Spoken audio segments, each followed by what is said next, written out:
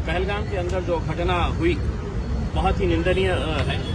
इसको शब्दों में बयान नहीं किया जा सकता है। हिंदुस्तान का सबसे खूबसूरत जो जगह कही जाती है कश्मीर के बारे में, वहां पर खून की होली कैसी खेली गई। दिन दहाड़े पड़ोसी मुल्क से आतंकी आते हैं और यहां पर वो खून की होली खेलकर चले जाते हैं और सरकार अपनी पीठ थपथपाने में लगी रहती है कि देखिए हमने कश्मीर से 370 हटाया, वहां से पूरी तरीके से आतंकवाद खत्म हो चुका है। हम हुकूमत को ये कहना चाहते हैं, जब इसी तरह उरी के अंदर घटना हुई थी, अगर सरकार उसको संजीदगी से लेती और मुंह तोड़ जवाब देती तो शायद इसके बाद कोई घटना नहीं होती। लेकिन उसके उरी के बाद भी सिर्फ मीटिंगें हुई, चर्चा हुई, भाषण हुए, खत्म। उसके बाद पुलवामा हुआ और पुलवामा की घटना के बाद भी सिर्फ भाषण हुए, मीटिंग्स हुई और सिर्फ आश्वासन दिया गया कि हम ईंट का जवाब पत्थर से देंगे, मुंह तोड़ जवाब देंगे। अगर उस वक्त कार्रवाई करते तो शायद पहलगाम नहीं होता। लेकिन अब पहलगाम हुआ है तो हम उम्मीद कर रहे थे कि ये घटना के 24 घंटे के अंदर 56 इंच का सीना दिखाकर नरेंद्र मोदी साहब कड़ी से कड़ी कार्रवाई करें, पड़ोसी मुल्क को और दुनिया को ये बताए कि अगर हमारे मुल्क में अगर कोई गलत कोई हरकत करता है, अगर हमारे मुल्क में कोई आतंकी कार्रवाई करता है तो उसका हश्र क्या होता है, ये दुनिया को और भारत का एक एक नागरिक इसको देखना चाहता है। लेकिन दुर्भाग्यवश अभी भी सिर्फ चर्चाएं हो रही है, मीटिंग हो रही है और ये बताया जा रहा है कि हम जड़ से खत्म कर देंगे। हम उनसे पूछना चाहते हैं कब खत्म करेंगे? जल्द से जल्द इसके ऊपर कार्रवाई करें और हम पूरे देशवासियों को आश्वासन देना चाहते हैं कि सरकार जो फैसला करेगी उसके पीछे हम पूरी ताकत के साथ खड़े रहेंगे। और पड़ोसी मुल्क को ये बताना चाहते हैं पाकिस्तान को कि तुम कितनी भी कोशिशें कर ले, जितनी साजिशें कर ले, जितनी आतंकी कार्रवाई कर ले, तुम चाहते हैं कि इस मुल्क के अंदर जाति और धर्म के नाम के ऊपर लोग बढ़ जाए तो तुम मजबूत हो जाएंगे। तुम्हारी ये कार्रवाई से भारत और मजबूत हुआ है, हम और ताकतवर हुए हैं और यकीनन आने वाले दिनों के अंदर कड़ा जवाब आपको दिया जाएगा। देखिए, अगर दिन दहाड़े कोई आतंकी आता है, कश्मीर में बहुत सारे लोग हम लोग गए हैं, चप्पे चप्पे के ऊपर फौज खड़ी रहती है, चप्पे चप्पे के ऊपर आर्मी के जवान खड़े रहते हैं, टैंक्स खड़े रहते हैं।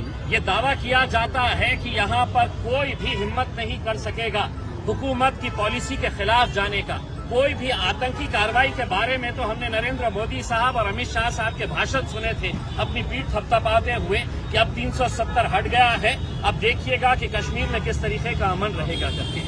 लेकिन शायद उस पीठ थपथपाने के चक्कर में, अपनी वाहवाही करने के चक्कर में वो ये देखना भूल गए कि पड़ोसी मुल्क आतंकी कार्रवाई कर रहा है और बेकसूर कितने सारे ऐसे लोगों की जान चली गई जो कश्मीर को देखने के लिए गए थे।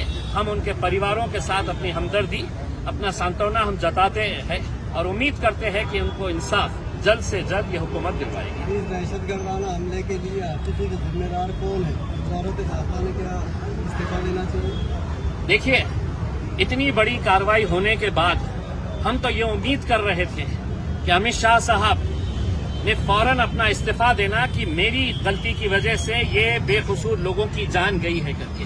क्योंकि देश की सुरक्षा, एक एक देशवासी की सुरक्षा की जिम्मेदारी देश के गृह मंत्री की होती है और वहां पर जिस जगह के ऊपर ये घटना हुई है वहां पर यकीनन इंटेलिजेंस का लैप्स है। इसके ऊपर इंक्वायरी बैठनी चाहिए। वहां पर फौज क्यों नहीं थी? बहुत सारे जो लोग बच के निकले हैं उनका कहना है कि वहां पर कोई सुविधा नहीं थी, कोई आर्मी का जवान वहां पर नजर नहीं आ रहा था। तो जो भी तथ्य है, जो भी सच है, वो लोगों के सामने लाना चाहिए। और अमित शाह साहब से हम गुजारिश करते हैं कि आप अगर ये देश को नहीं संभाल सकते हैं तो अपना इस्तीफा दीजिएगा। अगर आपकी पार्टी के अंदर कोई काबिल और शख्स है तो आप उसके हवाले ये गृह मंत्रालय कर लीजिएगा, वरना हम ऐसे बेकसूर लोगों की जानें जाते हुए अपनी आंखों से हम नहीं देख सकते। हिंदू मुस्लिम देखिए, ये जो नी जर्क रिएक्शन आप जो एग्रीमेंट्स वो कर रहे हैं, हम आपसे ये उम्मीद कर रहे हैं कि आपने हमारे देशवासियों का कत्ल किया है, आप क्या कार्रवाई करने वाले हैं?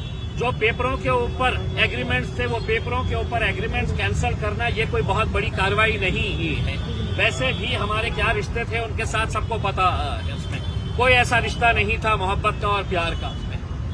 तो अगर आप सिर्फ देशवासियों को ये गुमराह कर रहे हैं कि हमने ये एग्रीमेंट कैंसिल कर दिए हैं, वो एग्रीमेंट कैंसिल कर दिए हैं, तो अभी भी आप देश को गुमराह कर रहे हैं। आप ये बताइए कि हमारी फौज जो इतनी ताकतवर है, जिसका हमें अभिमान है, गर्व है, वो उसको क्या आदेश दिया जाता है कि आगे की कार्रवाई क्या करनी है। आज ऑल पार्टी मीटिंग रखी गई थी, उसे किस तरह से देखते हैं आप? देखिए, आज ऑल पार्टी मीटिंग के अंदर क्या हुआ है, जो उरी के बाद हुआ है, जो पुलवामा के बाद हुआ है, जो पहलगाम के बाद हुआ है, चर्चा हो रही है। जब हम आपको कह रहे हैं कि आप कोई चर्चा मत करिए, कोई पार्टी आपसे उम्मीद नहीं कर रही है कि आप हमको बुलाइएगा और चर्चा करिएगा करके, हम चाह रहे हैं कि आप कार्रवाई करें करके।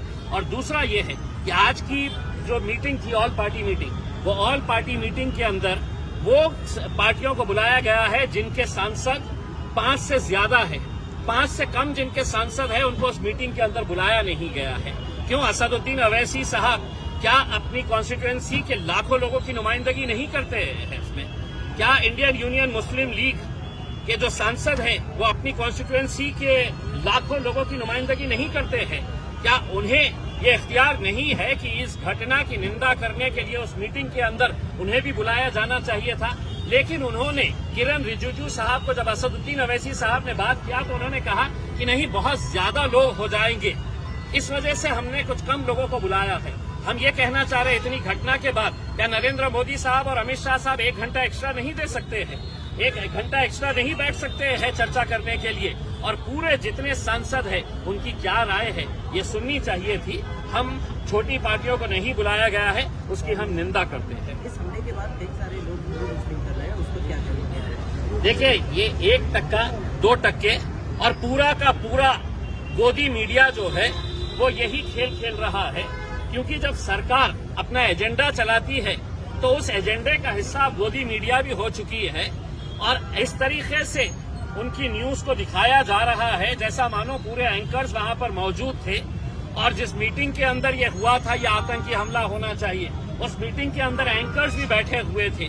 जिस तरीके से वो इसको पूरी तरीके से पेश कर रहे हैं, कितना भी ये नफरत फैलाने की कोशिश करे मीडिया वाले, एक बात समझ लें कि कश्मीर से जो आवाज आई है, हिंदू मुस्लिम भाई भाई है, वो आवाज जो है और ज्यादा तेज बुलंद हो।